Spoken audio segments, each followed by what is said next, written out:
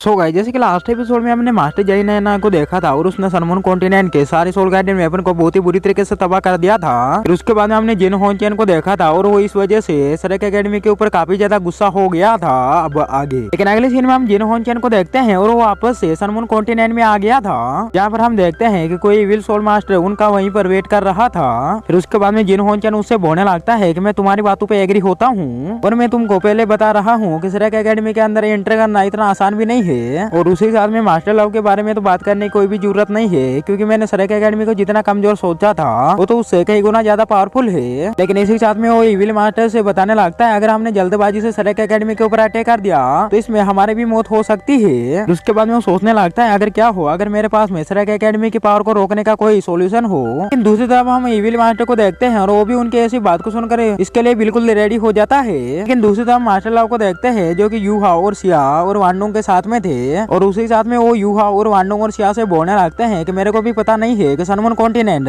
आने वाले टाइम में कितना ज्यादा पावरफुल हो जाएगा। लेकिन इसी साथ में वो बताने लगते हैं क्या तुम तीनों को पता है कि मैं जिन यूनचेन से क्यों मिला था। फिर उसके बाद में वांडोंग बोलने लगता है क्या ये सनमून अकेडमी को डराने का एक प्लान था और उसी साथ में सनमून अकेडमी तो हमारे ऊपर नजर बनाई हुई है। लेकिन इसी साथ में यूहा भी बोलने लगता है कि मेरे को ऐसा लगता है कि स्टूडेंट को एक्सचेंज करने की कोई बहुत बड़ी बात है। फिर उसके बाद में मास्टर लव भी उन तीनों से बोलने लगते हैं कि यूहा ने जो भी बोला है वो बिल्कुल सही है और आगे वो यूहा और वांडोंग और सिया से बोलने लगते हैं कि मेरे को ऐसा लगता है कि आने वाले टाइम में बहुत ही जल्दी वार होने वाला है और मेरे को ऐसा लगता है कि मैं भी सरक एकेडमी को अब ज्यादा टाइम तक प्रोटेक्ट नहीं कर पाऊंगा क्योंकि मैं काफी ज्यादा बूढ़ा हो गया हूँ। इसलिए मैं चाहता हूँ कि तुम तीनों भी जल्दी से अपने आप को स्ट्रॉन्ग बनाओ। फिर उसके बाद में वांडोंग और सिया से बोलने लगते हैं कि तुम दोनों ने अपने लेवल को ब्रेक कर लिया है इसलिए तुम दोनों को सोल रिंग की जरूरत है। इसलिए मेरे को ऐसा लगता है कि तुम दोनों को स्टार फॉरेस्ट में जाना चाहिए और किसी सोल बीस्ट को मारकर उसकी सोल रिंग को हासिल करना चाहिए। लेकिन दूसरी तरफ वांडोंग को देखते हैं और वांडोंग भी मास्टर लव से बोलने लगते हैं क्या मैं भी यूहाओ और सिया के साथ में जा सकता हूँ, जिसके बाद में मास्टर लव भी इसकी परमिशन दे देते हैं। लेकिन दूसरे सीन में हम जियाटाओ को देखते हैं और जियाटाओ अभी भी बेहोश थी। लेकिन उसके बाद हम स्टारलू फॉरेस्ट का सीन देखते हैं जहाँ पर हमें काफी खतरनाक फायर डीमन बीस्ट दिखाया जाता है। उसके बाद हम वहाँ पर काफी सारे सोल बीस्ट को देखते हैं और वो सभी भी उसको देखकर अपनी जान को बचाकर वहाँ से भागने लगते हैं। लेकिन उसके बाद हमें पता चलता है कि ये तो बस यूहाओ का इल्यूजन है। लेकिन दूसरी तरफ वांडोंग और सिया और यूहाओ को देखते हैं और वो तीनों भी आगे बढ़ रहे थे। उसी के साथ में सिया यूहाओ से बोलने लगते हैं कि तुम्हारी सिमुलेशन पावर तो काफी ज्यादा अजीब है। इसी साथ में वो यूहाओ से बोलने लगते हैं क्योंकि हम तीनों को चलते हुए काफी ज्यादा टाइम हो गया है लेकिन हमारे ऊपर एक भी सोल बीस्ट ने अटैक नहीं किया, ऐसा क्यों है। फिर उसके बाद में यूहाओ सिया से बताने लगता है कि जैसे वो सभी उस पावरफुल डीमन बीस्ट को देखेंगे तो सभी डर के मारे वहाँ से भाग जाएंगे क्योंकि उन सभी में इतनी ज्यादा पावर नहीं है कि वो उसका सामना कर पाए। लेकिन उसके बाद हम देखते हैं कि वहाँ का एनवायरनमेंट अचानक से चेंज होने लगता है। इस वजह से हम देखते हैं कि वो तीनों एक चट्टान के पीछे जाकर छुप जाते हैं। लेकिन उसके बाद में वांडोंग बोलने लगता है कि मेरे को ऐसा लगता है कि काफी ज्यादा पावरफुल सोल बीस्ट आ रहा है। जिसके बाद में यूहा भी बोलने लगता है कि मेरे को इसका ऑरा काफी ज्यादा अजीब लग रहा है। लेकिन उसके बाद हम वहाँ पर एक गोल्डन बियर को देखते हैं और वो छोटे छोटे सोल बीस्ट के ऊपर बहुत ही खतरनाक तरीके से अटैक करके उन सभी को मार रहा था। तो वजह से हम सारे कमजोर सोल बीस्ट को देखते हैं और वो सभी भी अपनी जान को बचाकर उससे दूर भाग रहे थे। लेकिन उसके बाद हम यूहा को देखते हैं और यूहा समझ जाता है कि इसके पास में तो गोल्डन वाले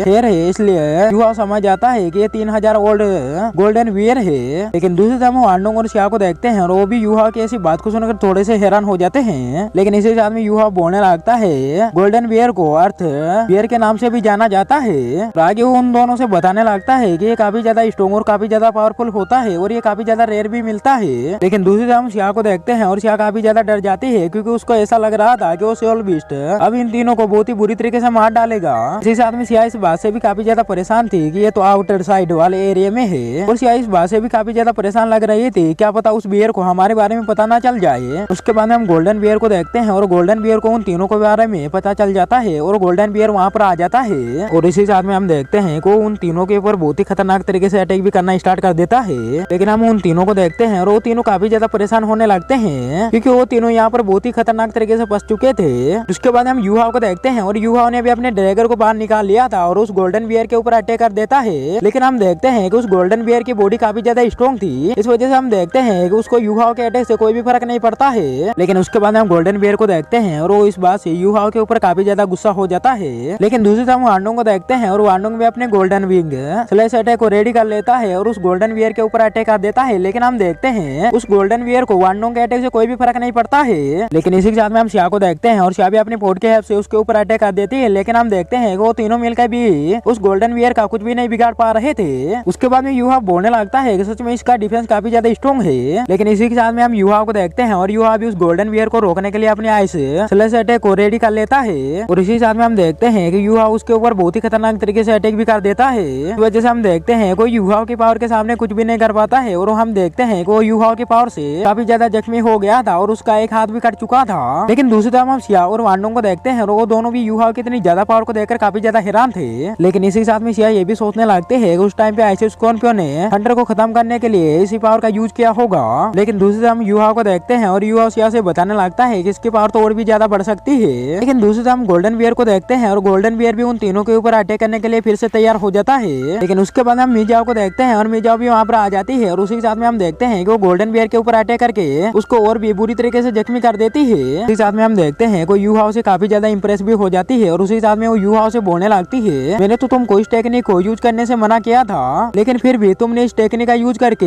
इस गोल्डन बियर को बहुत ही खतरनाक तरीके से जख्मी कर दिया। तुमको डर नहीं था अगर ये टेक्निक फेल हो जाती तो ये तुम्हारे ऊपर काउंटर अटैक भी कर सकती थी। लेकिन उसके बाद हम वांडोंग को देखते हैं और वांडोंग मिजाओ से बोलने लगता है कि मेरे को ऐसा लगता है कि आप चुपके से हमारे ऊपर नजर बनाई हुई थी, क्योंकि हमारे ऊपर जैसे खतरा है तो आप तुरंत आकर हमको प्रोटेक्ट कर ले। फिर उसके बाद में सिया भी मिजाओ से बोलने लगती है कि युवाओं ने मेरे को बचाने के लिए अपनी आइस पोला टेक्निक का यूज किया, इसलिए मेरे को उम्मीद है कि आप युवाओं को पनिशमेंट नहीं करोगे। लेकिन दूसरे हम मिजाओ को देखते हैं और मिजाओ उन तीनों से बोलने लगती है कि तुम तीनों ने मिलकर गोल्डन बियर को बहुत ही खतरनाक तरीके से जख्मी करके कंट्रोल में कर लिया और ये 10,000 साल ओल्ड डीमन बीस्ट के बराबर है, इसलिए मैं युवाओं से काफी ज्यादा इंप्रेस हूँ। और आगे मिजाओ उन तीनों से बोलने लगती है कि गोल्डन बियर काफी ज्यादा रेयर डीमन बीस्ट होता है जिसके पास में डिफेंस और अटैक की काफी ज्यादा पावर होती है, इसलिए उन तीनों से बोलने लगते हैं कि मेरे को ऐसा लगता है कि इसकी सोल रिंग सिया के लिए बेस्ट रहेगी और इसकी सोल बेन भी काफी ज्यादा रेयर है। और इसी साथ में इसकी सोल बेन काफी ज्यादा रेयर होने की वजह से ये तुम्हारे लेफ्ट हैंड को भी इंजर्ड नहीं करेगा और इसकी डार्क कलर टेक्निक भी काफी ज्यादा स्ट्रॉन्ग और काफी ज्यादा पावरफुल है। आगे उन तीनों से बताने लगते हैं कि सोल बोन को एब्जॉर्ब करने के लिए फायर पावर से होकर गुजरना होगा और अपने ब्लड को जलाना होगा, इसलिए मेरे को ऐसा लगता है कि सोल बोन को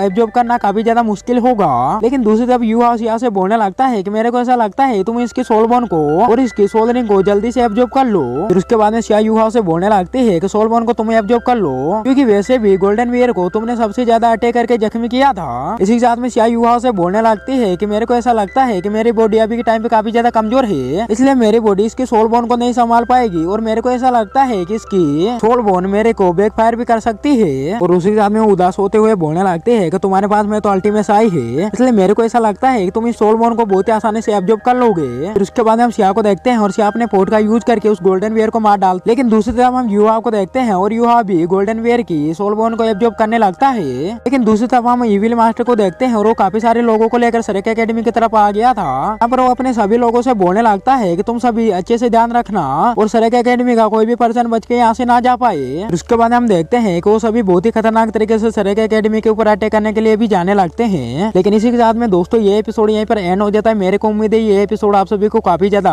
पसंद आया होगा। अगर पसंद आया तो वीडियो को लाइक और चैनल को सब्सक्राइब करके बेल आइकन को ऑल पे प्रेस जरूर से कर देना। मिलते हैं नेक्स्ट एपिसोड में।